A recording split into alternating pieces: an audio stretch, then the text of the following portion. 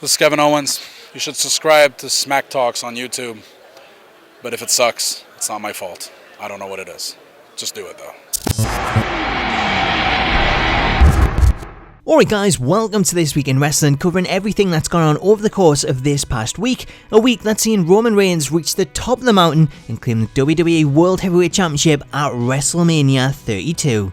Unfortunately for Roman and WWE, it wasn't the dream reaction they expected, as being there live, Roman's victory was met with an overwhelming chorus of boos from the record-breaking fans in attendance, leading to WWE lowering the crowd mics and piping in cheers to save face. Meanwhile, the next night on Raw, while still met with large boos every time he appeared, Roman's newfound attitude of not being a good guy and not being a bad guy, just being the guy, seemed to win some fans over, so it'll be interesting to see where he goes from here, although speaking on a possible heel turn, Roman had this to say. You know, I don't look on it as turning on the fans, because I really don't think they've turned on me.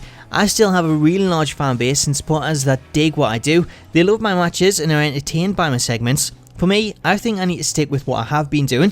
We live in a world where everyone has an opinion and an opportunity to voice their opinions, so it becomes a very critical era that we live in. For me, I know who I am, where I want to go, so I am going to stick to my guns and keep doing what I'm doing. It's making for a loud reaction, and that's all that matters. Speaking of where Reigns goes from here, Monday's main event seen Cesaro make his return from injury to compete in the WWE World Heavyweight Championship No. 1 Contenders match, albeit in a losing effort to an unlikely winner in AJ Styles. Going into the match, the talk amongst the crowd was that it looked like Cesaro was finally going to get the push that he deserves, while AJ was ruled out simply because he's still thought of as Mr. TNA, and for that reason it was extremely unlikely we'd see him in a match for the WWE Championship. However, as WWE tend to do the night after WrestleMania, they once again shocked the world with Styles walking out the No. 1 contender and lined up to take on Roman Reigns at Payback for the WWE Championship. So that brings us to this week's question of the week. What do you think of AJ's chance against Roman Reigns? Is this going to be nothing more than a way to put Roman over? Or could we finally see the Bullet Club debut and maybe cost Styles the match, further in the angle that was seen between Styles and the Bullet Club, with Styles getting ejected from the group in Japan? Let me know your thoughts in the comments. Speaking of former TNA stars, last week at NXT TakeOver Dallas, Bobby Roode was shown on TV, leading fans to believe he's signed a deal with WWE. However, Roode told the Examiner that this is not true, although he is close to signing a deal. Roode said, "I'm not officially signed yet, the internet is blown up over it, and I mean I'm close, but I don't want to spoil anything or ruin anything. I want to wait until it's official, I don't want to jinx anything either." Fresh off his appearance at WrestleMania 33, Shawn Michaels was a guest on Vince Russo's podcast where he was asked if he misses being in the ring. Michaels responded, "Everybody asks me, do you miss it? No, I don't miss it, because what's on TV now isn't what I used to do. It's so easy not to miss."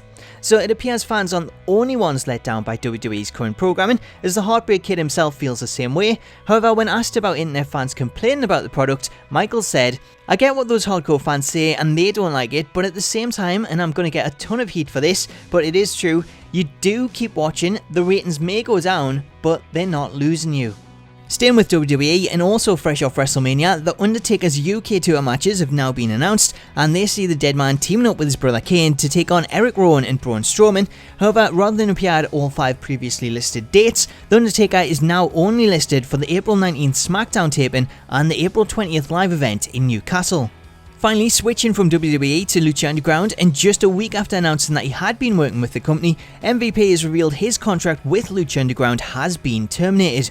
According to MVP, in a video he released on YouTube, he violated terms of his deal by interviewing Lucha Underground cast members for his podcast, and by doing so he breached a non-disclosure agreement included in his contract. MVP says he takes full responsibility for what happened and feels he blew a very big opportunity. You can check out MVP's video in full using the link in the video description. Anyway guys, that brings us to the end of This Week in Wrestling. I hope you've enjoyed it, and if you did, a like is greatly appreciated. But until next time, have a great weekend, and I'll catch you later.